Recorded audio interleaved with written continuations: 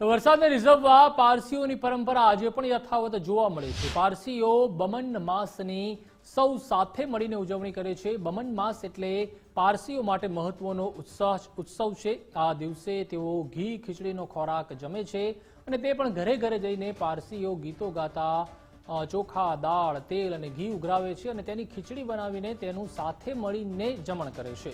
હિન્દુઓમાં જેમ શ્રાવણ માસનું મહત્વ હોય છે તેમ પારસીઓમાં બમન માસનું મહત્વ રહેલું છે।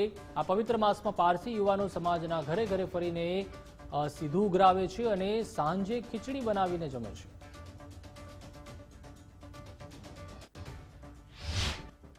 हाँ, घी खीचड़ी नो तहेवार जेम हिंदुओनो श्रावण महीनो तेम अमारा पारसीओनो बमन महीनो ने आ तहेवार नवसारी में उजवाय छे। घी खीचड़ी ने आ अमारामां केवी रीतनु के पहेला ज्यारे दुकाळ पड़ेलो त्यारे बधा पारसीओ मळीने मांगवा निकळेला के वरसाद आवे ने अमे घरे घरे अनाज, चोखा, दाळ अने तेल लईने निकळीए छे ने पछी ए अमे एक अमारा पारसीओनी वाडीमां जईने खाईए छे ने अमारामां कूतराने बहु पवित्र गणे એટલે સૌથી પહેલા બનાવીને કૂતરાને ખવડાવીએ છીએ અને પછી અમે બધા મળીને ખાઈએ છીએ।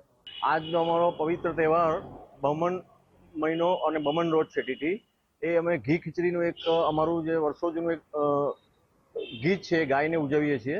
ઘરે ઘરે જઈને દાળ, ચોખા, અનાજ બધું લઈએ છીએ અને અમે બધું અમે એક જગ્યાએ ભેગા થઈને એને બનાવીએ છીએ અને એ તહેવારનું મહત્વ એ છે કે વરસાદ સારો આવે અને ખેતી સારી થાય અને બધા લોકો સુખીથી જીવન જીવે એ વર્ષોથી પરંપરા છે। એવું કહેવામાં આવે છે કે એક જમાનામાં કંઈ દુકાળ પડ્યો હતો અને ત્યારે પારસીઓ નીકળ્યા હતા અને આ તહેવાર ત્યારથી ચાલુ છે। એ દુનિયામાં ખાલી નવસારીમાં જ ચાલી રહ્યો છે આ તહેવાર।